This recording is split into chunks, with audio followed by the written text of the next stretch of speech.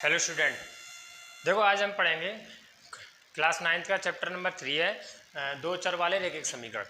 हम अब तक बहुपद चैप्टर पूरा कंप्लीट कर चुके हैं और आज हम पढ़ेंगे क्लास 9th का ये दो चर वाले रैखिक समीकरण। ठीक है, तो देखो इस चैप्टर में हम 3 टॉपिक पढ़ेंगे। इस चैप्टर में हम 3 टॉपिक पढ़ेंगे। पहला टॉपिक है रैखिक समीकरण तथा उनके हल, यानी हम रैखिक समीकरण के बारे में पढ़ेंगे और उनके हल कैसे निकालेंगे। ठीक है, दूसरा टॉपिक हमारे दो चरों वाले रैखिक समीकरण तथा उनके आलेख, और तीसरा टॉपिक है अक्षों के समांतर रेखाओं के समीकरण। देख रहे होंगे तुम अक्षों के समांतर रेखाओं के समीकरण।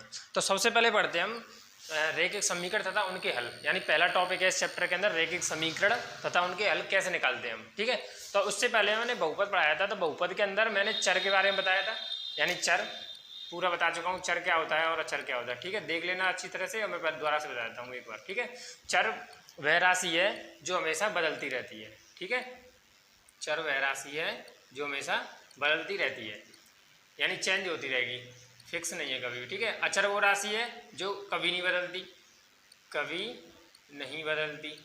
ठीक है, तो हम क्या करते थे, चर को तो लेके चलते थे एक्स वाई जेड अल्फ़ाबेट, यानी ABCD सारे। ठीक है, और अचर को कैसे लिखते थे हम 1 2 3 4 जो सारे नंबर, यानी कांस्टेंट वैल्यू को बोलते थे हमने अचर। ठीक है, तो हम क्या पढ़ने हैं अब रैखिक समीकरण पढ़ना है हमें। ठीक है, जो तो हम पढ़ चुके हैं पहले से, तो एक बार बता दिया मैंने कैसे लेंगे। ठीक है, तो सबसे पहली बात तो हम पढ़ेंगे रैखिक समीकरण।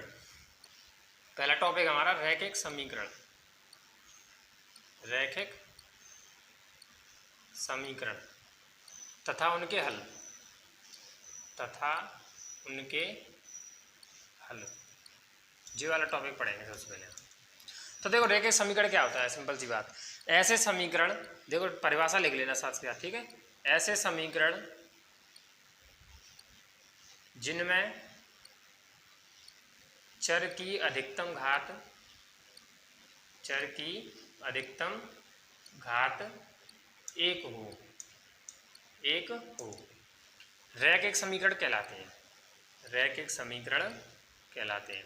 सिंपल सी परिभाषा है बिल्कुल। देखो मैं बताऊं, ऐसे समीकरण जिनमें चर की अधिकतम घात एक हो रैखिक समीकरण कहलाते हैं।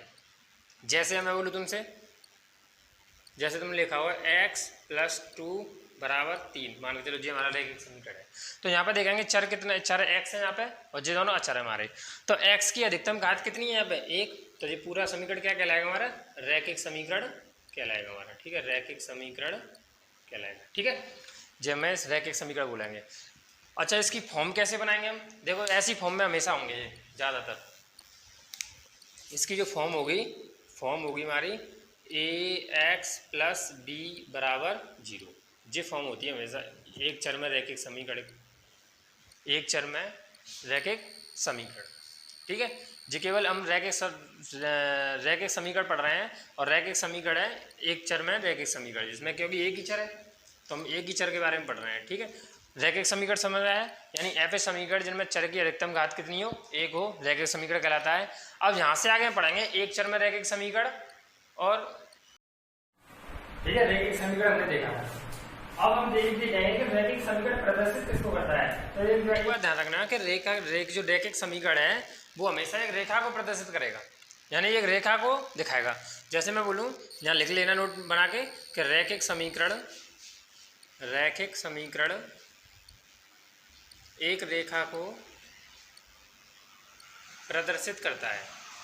ठीक है, एक रेखा को प्रदर्शित करेगा। जैसे हम अगर इसका ग्राफ बनाएं, वैसे ग्राफ वाले आगे हम पढ़ेंगे हम अगली एक्सरसाइज के अंदर, अगर हम इसका ग्राफ बनाएं एक घात वाले समीकरण तो हमेशा किसको निरूपित करेगा, एक रेखा को प्रदर्शित करेगा। इस बात को आप ध्यान रखना। ठीक है, यानी रैखिक समीकरण हमेशा किसको प्रदर्शित करेगा, एक रेखा को प्रदर्शित करेगा। देखो एक बात बताऊँ तुम्हें, जैसे मैंने बोला यहाँ पे जी हमारा एक्स अक्ष है और ये वाई अक्ष है, मान के चलो एक दूरी ले लें यहाँ पर। ठीक है, ये और ये नेगेटिव दिशा में हमारी, ठीक है माइनस की थी, ये पॉजिटिव है हमारा ऊपर। ठीक है, ये नीचे नेगेटिव है हमारा। अगर मैं तुमसे बोलूँ कि x + 2 = 3 है, तो ये अगर इसका बनाए ग्राफ तो कैसा बनेगा, देखो तो x + 2 = 3, तो x बराबर कितना जाएगा, 2 को उधर लेके जाएंगे हम, तो 3 - 2, तो x की वैल्यू कितनी आ जाएगी 1, यानी x = 1 आ गया हमारा। तो x = 1 दूरी पर यहाँ पर कोई पॉइंट होगा हमारा, अब इस पॉइंट से जाते हुए एक लाइन बना सकते हैं, तो हम बोल सकते हैं x बराबर एक रेखा का ये समीकरण है, एक रेखा को प्रदर्शित करेगा। ठीक है, तो हम ऐसे ही आगे पढ़ेंगे। अब पढ़ेंगे हम दो चरों वाले रेखिक समीकरण, उनके बारे में क्या क्या जानकारी है वो पढ़ते हैं। देखिए अब हम पढ़ेंगे रेखिक समीकरण, लीनियर इक्वेशन के बारे में देख लिया अच्छी तरह से। अब जी कितने तरह से लिख सकते हैं हम लीनियर इक्वेशन को यानी रेखिक समीकरण को। तो सबसे पहले मैंने बताया था एक चर में रेखिक समीकरण और दूसरा है हमारा दो चरों में रेखिक समीकरण। ठीक है, तो एक चर में रैखिक समीकरण का मतलब होता है, मैंने बताया था इसकी फॉर्म देखने में ऐसी होगी, यानी ax प्लस बी बराबर 0 ऐसा होगा देखने में। ठीक है, और दो चरों में कैसा होगा, यानी इसके अंदर दो चर आ रहे होंगे हमारे, दो चर कैसे होंगे, यानी ऐसे फॉर्म कैसी होगी देखने में, इसकी फॉर्म होगी यानी ax plus B Y plus C equal to 0। ये हमारी दो चरों वाले रैखिक समीकरण है। ठीक है, दूसरी बात इसके अंदर एक बात और ध्यान रखनी है हमें, दूसरी बात इसके अंदर दूसरा मतलब ये है कि इसके अद्वितीय हल होंगे, यानी एक चर में रेखिक समीकरण के कितने हल होंगे, केवल एक ही हल होगा। कहने का मतलब है इसमें अद्वितीय, अद्वितीय का मतलब यूनिक सॉल्यूशन होगा, यानी इसमें अद्वितीय हल होंगे। मैं बताता हूँ इसका मतलब क्या होता है हल होंगे। ठीक है, और इसके अंदर क्या होगा हमारा दो चर वाले रेखिक समीकरण में, इसमें अपरिमित रूप से अनेक हल होंगे, इसमें अनेक हल होंगे। हल का होने का मतलब क्या है मैं बताता हूँ। जैसे मैंने बोला यहाँ पे x प्लस 5 इक्वल टू 10। ठीक है, तो मैंने यहाँ से अब मैं जो बोलूँ तुमसे कि x की ऐसी कितनी वैल्यू होंगी जो यहाँ पर रखने से 10 के बराबर हो जाए, यानी x की ऐसी कितनी संख्याएं होंगी जो 5 के साथ जोड़ने पर 10 के बराबर हो जाए। क्योंकि समीकरण का मतलब क्या होता है, बराबर करने दोनों पक्ष में, बायां पक्ष बराबर दायां पक्ष। तो केवल x की एक ही संख्या है कि x बराबर अगर हम 5 रख दें यहाँ पे तो दोनों साइड बराबर हो जाएंगे, यानी 5 और 5 कितने हो जाएगा 10।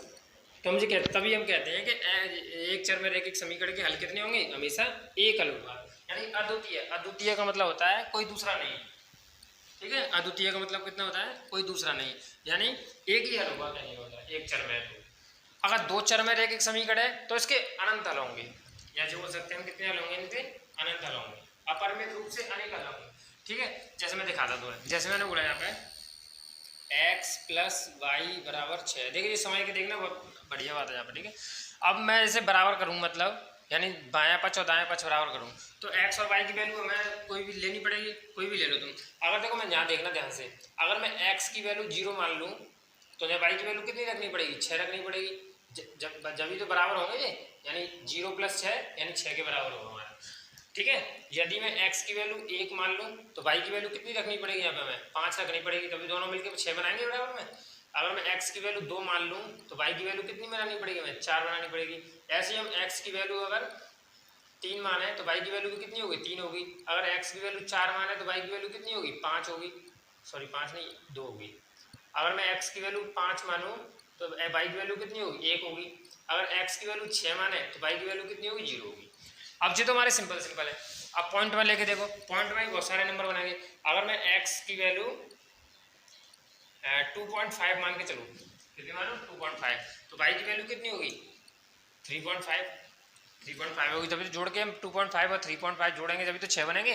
तो हम बहुत सारे नंबर बता सकते हैं। तो इसी प्रकार हम कैसे कह सकते हैं कि दो चरों वाले रैखिक समीकरणों को कितने हल होंगे, अनंत हल होंगे, अनेक हल होंगे। बात समझ आएगी नहीं? तो इस प्रकार हम बोल सकते हैं। ठीक है, तो ध्यान रखना इस बात का कि एक चर वाले रैखिक समीकरण केवल एक हल होगा, यानी अद्वितीय हल होंगे, और दो चरों वाले रैखिक समीकरण के अनंत हल होंगे, क्योंकि इसकी जरूरत पड़ेगी। अब हम पढ़ेंगे एक्सरसाइज। देखो एक्सरसाइज में कैसे करेंगे, बिल्कुल सिंपल क्वेश्चन है एक्सरसाइज के अंदर। और ध्यान रखना एक चर वाले रैखिक समीकरण की form ax plus B Y बराबर 0, और दो चर वाले रैखिक समीकरण की जो फॉर्म होती है, यानी देखने का क्वेश्चन देखने का तरीका ऐसा होगा, यानी इस तरीके के लिखा हुआ ax plus B Y plus C बराबर 0। ठीक है, तो अब देखो एक्सरसाइज कैसे करते हैं। पहली एक्सरसाइज 3A है, और देखो किसी बुक में ये एक्सरसाइज 4A दे रखी है, और यहाँ पे हमारे में 3A दे रखी है। ठीक है, इससे कोई फर्क नहीं पड़ता है, बस इस चैप्टर का नाम बताओ, दो चरों वाले रैखिक समीकरण हमारा। ठीक है, एक्सरसाइज 3A का पहला क्वेश्चन है कि एक नोटबुक की कीमत कलम की कीमत की दोगुनी है, तो इस कथन को निरूपित करने के लिए दो चरों वाला एक रैखिक समीकरण लिखिए। ठीक है, अब हमें दो चर की जरूरत पड़ेगी, यहाँ पे दो चर की जरूरत पड़ेगी, क्योंकि दो चरों वाला रैखिक समीकरण बोल रहे हैं यहाँ पे। ठीक है, तो देखो दो चरों वाला रैखिक समीकरण के लिए हम क्या करेंगे, यहाँ पर दो चर मान लेंगे हम, मान लेंगे, देखो ऐसा मान लेंगे हम, जे मान लेना तुम, ठीक है, कैसे भी मान लो तुम्हारी मर्जी है। माना कलम की कीमत बराबर x रुपये, ठीक है, x रुपये, और कलम होगी हमारी, और नोटबुक की मान लो तुम, तो नोटबुक की कीमत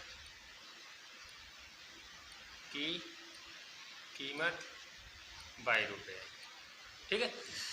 अब जो बोल रहे हैं प्रश्नानुसार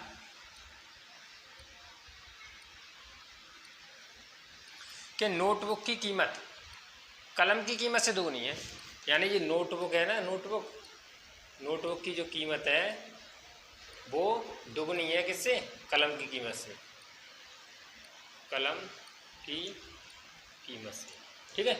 यानी ये बोल रहे थे, देखो साफ लिखा है नोटबुक की कीमत कलम की कीमत की दोगुनी है, यानी कलम की दोगुनी है, तब जो आपस में बराबर होंगे मैंने, ठीक है।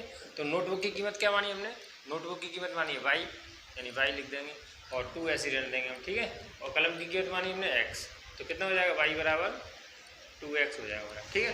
अब जो y को उधर ले जाओ या 2x में ले जाओ, ठीक है, तो y को उधर लेके जाओ, तो कितना हो जाएगा 2x, और इधर हो जाएगा -y, और इधर बचेगा 0 बराबर के, तो वो 0 मैंने पीछे लिख दिया इधर, ठीक है, तो बराबर 0, तो जी बन गया हमारा दो चरों में रैखिक समीकरण, ठीक है।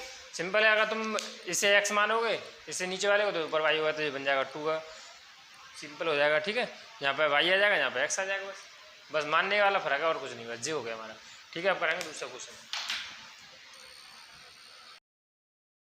देखिए दूसरा क्वेश्चन कि निम्नलिखित रैखिक समीकरणों को ax + by + c बराबर 0 के रूप में व्यक्त करिए, ठीक है, और प्रत्येक स्थिति में a b c के मान बताइए। तो सबसे पहले काम क्या करना पड़ेगा हमें, सबसे पहले हमें जो समीकरण दे रखे हैं हमें वो ऐसी फॉर्म में लेके आने हैं, यानी बराबर में 0 करना है तुम्हें, ठीक है।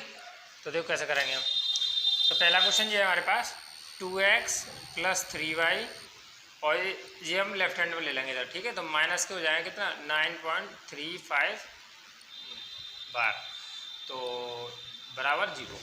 अब इसकी तुलना कैसे कर लेंगे हम, इसकी तुलना कर लेंगे हम ax + by + c बराबर 0 से कर लेंगे, ठीक है। अब देखो यहाँ से, अब तुम देख रहे होंगे x के प्लेस पे तो x है, तो a के प्लेस पे कितना आ रहा है हमारा, a बराबर आ गया हमारा 2, और b बराबर कितना आ गया हमारा 3, और c बराबर कितना आ गया हमारा -3.5 बार, ठीक है। सिंपल है बिल्कुल, इसी प्रकार से करेंगे। देखो ये तो पहले से ही बना हुआ देख रहे हैं, इसे हम ऐसे लिख लेंगे, बताऊँ तुम्हें 1/5y, एक ही बात है, ऐसे लिख लेंगे, ठीक है। अब इससे तुलना करेंगे हम इसकी, करो ax + by + c बराबर 0, पहले से ही फॉर्म में दे रखी है, तो a की वैल्यू कितनी होगी, यहाँ से a की वैल्यू होगी हमारी, a की वैल्यू यहाँ पर कुछ नहीं, तो क्या मानेंगे हम 1 मान लेंगे, ठीक है। तो a बराबर कितना हो जाएगा हमारा 1 हो जाएगा हमारा, और b बराबर कितना हो जाएगा -1/5, और c की वैल्यू कितनी होगी -10 हो जाएगा।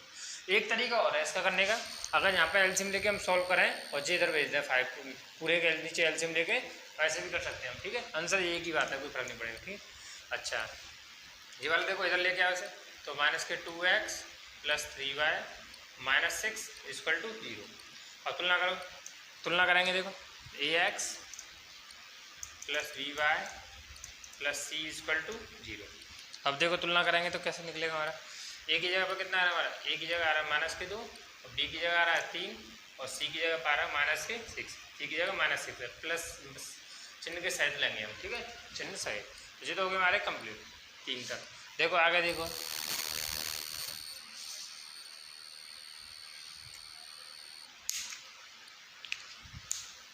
हटा दो, ये लिख लिया हो, देखो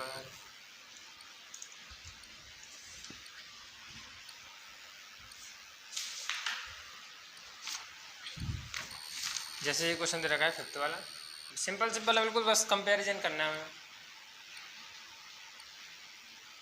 ये 5th, ये 6, 3x + 2 = 0, ठीक है। ये चलो इतनी बहुत है। देखो ऐसे करेंगे हम, इधर ले आएंगे लेफ्ट हैंड पे, तो तो देखो 2x प्लस के 5y इक्वल टू 0। अब तुम यहाँ पे देख रहे होंगे x का गुणांक दे रखा है, y का दे रखा है, लेकिन c नहीं दे रखा। तो इसे c के लिए क्या करना पड़ेगा, c अगर तुम्हें कन्फ्यूजन हो रही है, जो देने रखी है वो हमेशा 0 के बराबर होती है, ऐसे लिख लेना तुम, ठीक है। तो तुलना करेंगे तो कितना बैठेगा, देखो तुलना करेंगे हम, तुलना किससे करेंगे हम, ax यानी इससे करेंगे जो दे रखा है, ax plus by plus c equal to 0। करो तुलना, कितना बैठेगा, ठीक है। तुलना करेंगे तो a की वैल्यू कितनी आएगी हमारी, a की वैल्यू आएगी 2 और b की वैल्यू 5 और c की वैल्यू यहाँ पे कितनी आएगी, 0 आएगी, ठीक है। इसी प्रकार से करेंगे हम, ये तो पहले से बना दे रखा है, यहाँ पे बाई का गुणांक नहीं दे रखा है, तो बाई के गुणांक को क्या लिख लेंगे हम, 0 लिख लेंगे। डायरेक्ट लिख लो या फिर बना के लिख लो, ऐसे लिख लो 0y प्लस 2 बराबर 0, ऐसे कर लो। तुलना करेंगे ax plus by plus c equal to 0। तो a की वैल्यू कितनी होगी यहाँ पे, 3 होगी, b की वैल्यू कितनी होगी यहाँ पे, 0 होगी, c की वैल्यू कितनी होगी, 2 होगी। सिंपल क्वेश्चन है बिल्कुल, ठीक है। हटाया था मैंने।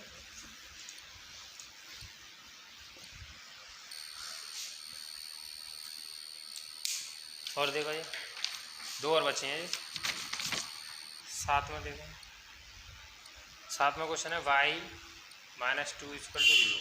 अब देखो यहाँ पे x का गुणांक नहीं दे रखा है, तो कितना रख लेंगे हम, 0x और plus y minus 2 equal to 0। तुलना करेंगे ax plus by plus c equal to 0। तो एक ही जगह पर कितना आ रहा है हमारा, a बराबर आ रहा है 0, b बराबर कितना आ रहा है हमारा, b बराबर 1 आ रहा है, क्योंकि y के बगल में कौन मानेंगे, 1 मानेंगे, और c के बगल में कौन आ रहा है, -2, ठीक है।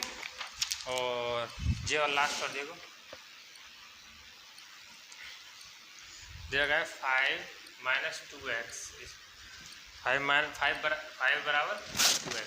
तो देखो 5 को इधर लेके जाओ तो 2x, 5 उधर माइनस को जाएंगे, इधर क्या बचेगा हमारा 0, मैंने पीछे लिख दिया, ठीक है। अब इसमें बाई वाला नहीं है, बाई वाला गुणांक नहीं, तो बाई वाला लेके आओ 0 लगा के, या फिर नहीं लेके आओ डायरेक्ट लिख दो, तुम्हारी मर्जी, ठीक है। प्लस 0y माइनस के 5 इक्वल टू 0। तुलना करेंगे किससे, ax plus by plus c equal to 0। तो देखो लिखेंगे a की वैल्यू कितनी है हमारे पास, 0 2, और b की वैल्यू कितनी है हमारी 0 और c की वैल्यू माइनस के 5। जी हमारा कंप्लीट हो गया एक्सरसाइज। अब एक्सरसाइज करेंगे हम 3.2, ठीक है, और 3.2 को अच्छी तरह समझाएंगे।